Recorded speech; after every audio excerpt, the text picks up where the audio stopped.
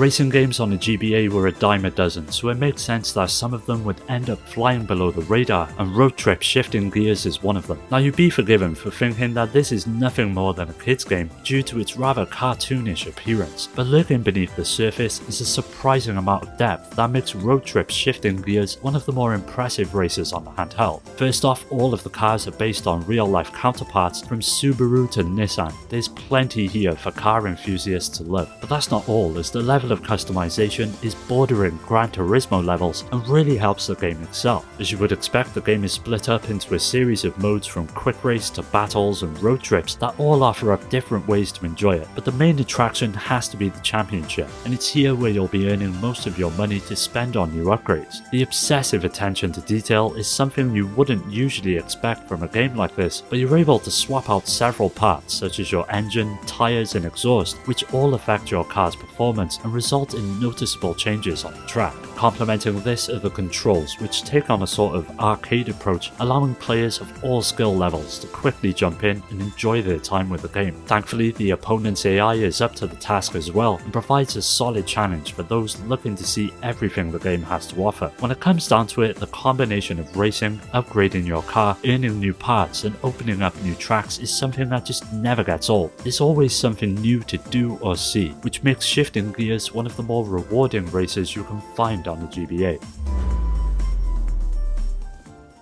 DK King of Swing was a completely new take on the regular Donkey Kong formula that many grew up playing with the country titles. It instead offered a sort of platforming puzzle game that all revolves around a so-called Jungle Jam tournament that the Kongs were about to hold. But before they can, King K leaps into the fray and swipes the medals they were going to use, so Donkey and Diddy set out to retrieve them. Naturally, this adventure takes the form of a series of levels, which are largely made up of several boards that all possess pegs that allow Donkey Kong to swing from one to the next. On top of this, you can charge your jump, which doubles as a handy attack when enemies are blocking the way forward, and although it may seem quite limited in its premise, there's a surprising amount of depth to the gameplay present. Soon enough, you'll find yourself navigating moving pegs, smashing barrels to make more appear, and grabbing rocks to throw at many of the obstacles you'll come up against throughout the game. One of my favourite aspects of DK King of Swing has to be the level of ease when it comes to the controls. It's mainly performed by using the shoulder buttons, which correspond with Donkey's right and left hands, allowing you to quickly gain momentum as you swing from one peg to the next. To round out the package, there's extra modes to try out that see you racing, brawling, and even colouring in boards by swinging. Overall, this is a great game for any Donkey Kong fan that is looking for something new, and although sometimes it can get frustrating, especially climbing your way to the top of a stage only to get knocked back down, but it's nothing that can't be overcome with determination. So if you're in the mood for an underrated gem, DK King of Swing is well worth grabbing.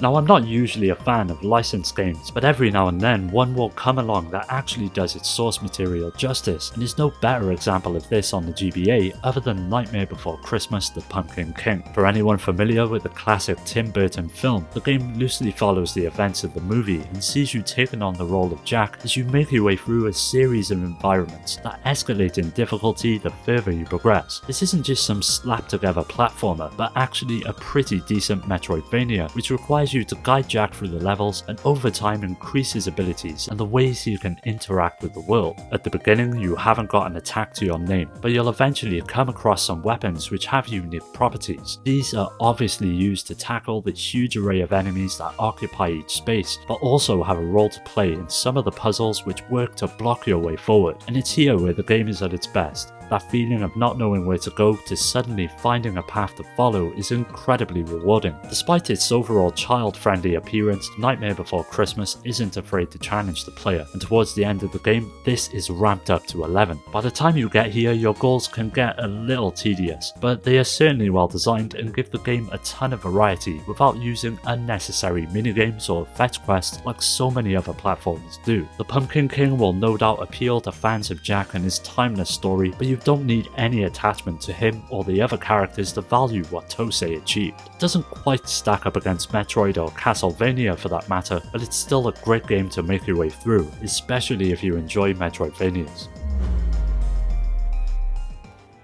Dragon Quest Monsters has always been a series which has never got the attention it deserves, and has largely had to live in the shadow of the Pokemon games that arguably provide one of the best ways to get stuck into monster collecting. Even though it may not be as popular, the Dragon Quest monster games pack a serious amount of originality and manage to stand out amongst the various copycats by providing its own unique take on the formula so many players enjoy. Anyone who's played a Dragon Quest RPG will instantly be familiar with the gameplay, which basically sees you traveling the world to advance the story and fighting monsters in between. The battles are delivered in a turn-based fashion and take place in a first-person view that allows each of the enemy sprites to be appreciated, and is an absolute bucket load to encounter, from the small-time grunts like slimes to some of the more impressive enemies like bosses that provide a real challenge to overcome. Now, one of the main differences between this and past games is that it sees you being in charge of a whole campsite of people, which serves as a sort of hub area where you're able to buy and sell items and weapons, as well as check in on the various NPCs that have joined your cause. While travelling around the world, you take along your caravan, which contains both your monsters as well as human allies, which assist in battle in many ways. Even with just these human allies, you may organise and customise your party with a lot of options, and this is where half of the fun lies. Tinkering with your setup and producing the best possible team is half the battle, and with the amount of variety on offer, it's something you can spend hours on end perfecting. If you're a long-time RPG fan, or is simply someone looking to try out something new, then Dragon Quest Monsters Caravan Heart is a game that won't let you down. Much like the title of the game implies, Comic Zone all takes place within a comic book come to life, and sees you taking up the role of an artist known as Sketch, who finds himself trapped within the pages. It's basically a beat 'em up, and was originally released on the Sega Genesis way back in 1995, and after several different versions, it finally found itself on the GBA, which turned out to be one of the best ways to play it. Gameplay wise, you only have the basic punches and kicks in your arsenal, but you will come across several things such as weapons and items that will make your life a lot easier. Your pet rat, Roadkill, is the most beneficial of them all, as he too was drawn into the comic book for some reason, and he can help you out in various ways. He has the ability to turn switches, detect objects that are concealed, and do slight harm to your adversaries. Nearly every opponent has a weakness that you must take advantage of in order to win, and you've got two options when engaging in combat. You can simply mash your attacks, or you can be more cunning and cautious, which tends to pay off in the long run. This is no more apparent than when you're fighting a boss, as each has its unique routines that you must learn in order to defeat them, and they all present a distinct challenge. The game is so much fun to play that even while these battles can be frustrating, you'll still find yourself going back to bash their skulls into submission. If there is one thing I could say against the game, it would most likely have to be the lack of unlockables and extras that would have helped bump the replay value, but don't let that put you off, as the gameplay more than makes up for this shortcoming and results in what is basically one of the most enjoyable beat 'em ups you'll find on the GBA. Motocross Maniacs Advance is an arcade racer that shares much in common with the likes of Excitebike, all the while throwing in aspects from games like Sonic to create something truly unique. It's actually a follow-up to one of Konami's early Game Boy games of the same name, but was completely reworked and expanded upon to include new aspects that make the gameplay far more compelling than the first outing all those years ago. First off are the courses, and just like the name suggests, the best way to describe them would be manic. The game flies by at a frantic pace, and hitting each ramp and loop isn't as easy as it may seem. You get to choose from one of several racers who each have their own characteristics out on the track, with the main hook of the game being to control the tilt of your bike as you either jump or land. This isn't the only thing you have to contend with, however, as there's also a series of special items you can acquire during each race, such as bombs and projectiles that can be used to disrupt your competition. Now, the main meat and potatoes of the experience is the championship, but if you're looking for more, there's also a great selection of extra modes to try out as well, with challenges such as smashing into zombies, hopping obstacles, passing bombs and collecting coins. There's plenty to get stuck into. The most rewarding of them all though has to be the multiplayer mode, which supports up to 4 players and is where the game is at its best. Although it doesn't quite reach the same heights of other racing games on the GBA, Motocross Maniacs Advance is still a great game to make your way through, and is perfect for those moments when you're looking for something that's quick and easy to pick up and play in short bursts.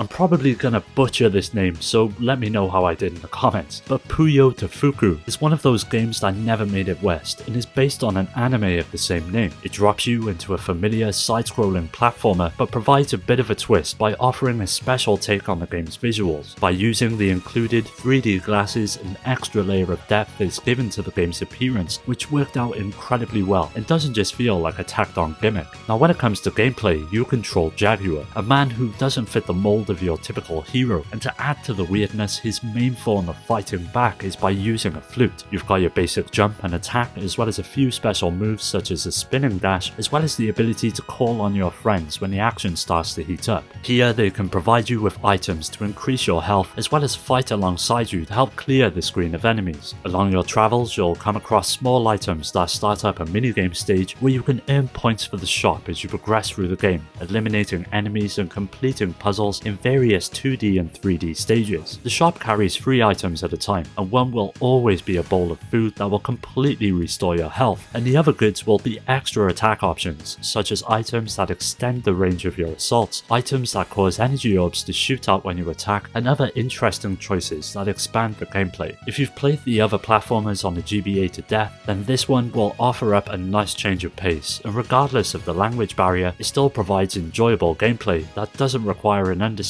of Japanese to get into.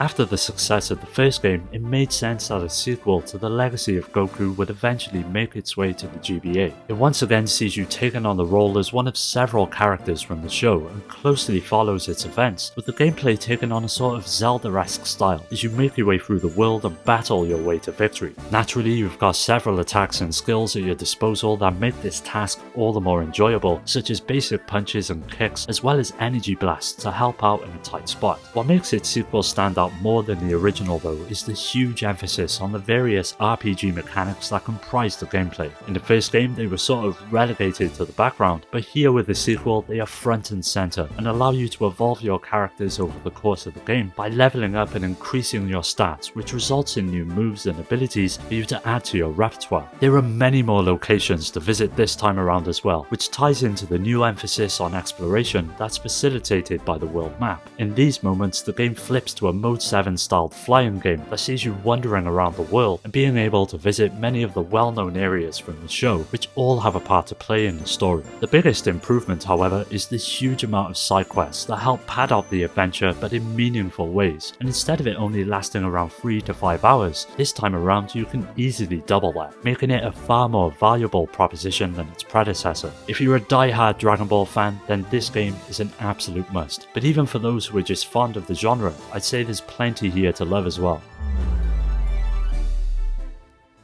The Game Boy Advance played host to a huge selection of fighting games, with the likes of Street Fighter Alpha 3 and the graphically impressive port of Tekken. There was plenty to jump into for fighting fans, but one that never seems to get talked about as much as the others has to be Guilty Gear X. It's essentially a port of the PlayStation 2 game, and as you would expect the visuals have been dialed back significantly in order to run on the handheld, but it's still fairly detailed, with each character having an almost pseudo 3D look to them and animating beautifully as they carry out attacks. This same attention to detail was carried over to the stages themselves, with each fighter having their own unique locale to call their own, like Axel's Twilight City environment, which looks stunning considering the limitations of the hardware. Of course, no matter how good it looks, if the gameplay doesn't match up, then it's pretty much dead in the water. Thankfully, Guilty Gear X more than delivers in this department as well. It offers a strong emphasis on attack combos and specials, unlike some of the other fighters on the GBA, and once you've taken control of a fighter,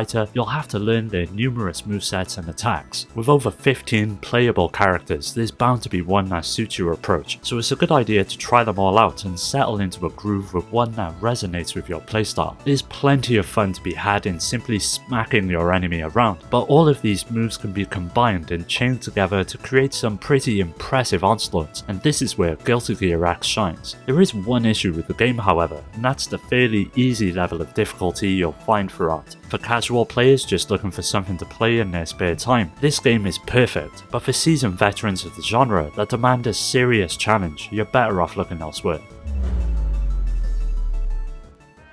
Although you'll constantly hear about Boktai, the third game in the series doesn't tend to get as much of a look due to it only releasing in Japan, but thanks to a fan translation, it is now easier than ever to experience it yourself. Taking place years after the events of the second game, our hero Django finds himself sealed in a prison by Saboteur, who's hell-bent on releasing an evil beast of destruction with the intent of taking its power for himself. As with most action RPGs, you'll be picking up loot, equipping various weapons and pieces of armor, as well as increasing your stats, which are made up of vitality, spirit and strength. Of course, the main selling point of the series is once again in full swing and requires you to play outside in order to charge your weapon with sunlight. But that isn't the only thing it can do, as it can also dry up water that might be blocking your path, to building solar bridges to help make it across large gaps. In the various dungeons that make up the game, you'll be sneaking around, taking out enemies and figuring out a range of puzzles that don't feel tacked on, but rather a natural part of the game and require some serious thinking to get through. It's this sense of challenge that really helps Boktai 3 excel, and that's not even mentioning the several boss fights that litter the game, which are quite easily its best feature. Each of them are meticulously designed, both visually and mechanically, and require the player to get used to the unique movements and attacks in order to defeat them. If you've never got into the series, the third game by far offers up the best take on the formula, and is now thankfully fully available for players outside of Japan to enjoy. Well, that does it for today's video. Keep an eye out for part 4, as that will be coming up soon, so don't forget to subscribe and hit that bell to get notified about new videos which release every Monday and Thursday. You can follow me on all of the socials which are linked below to stay up to date, and also join my growing community on Discord to meet many like-minded gamers to continue the conversation with. I'd like to give a special shout out to my Patreon supporters: Rhino, Skilljin, Shuden, Richard, Amy, Daniel, Alfred, Dio, Omar, Strider, Pierre, Carl, Awesome Jacket Dude, Maximus, Scott, Ryan, Alex, GameCube Galaxy, Curse Salaryman and Paddy J for their continued support that helps make these videos possible. If you're interested in joining my Discord or supporting the channel through Patreon, you'll find all of these links down below. As always, thanks for taking the time to watch the video. I'll catch you next time.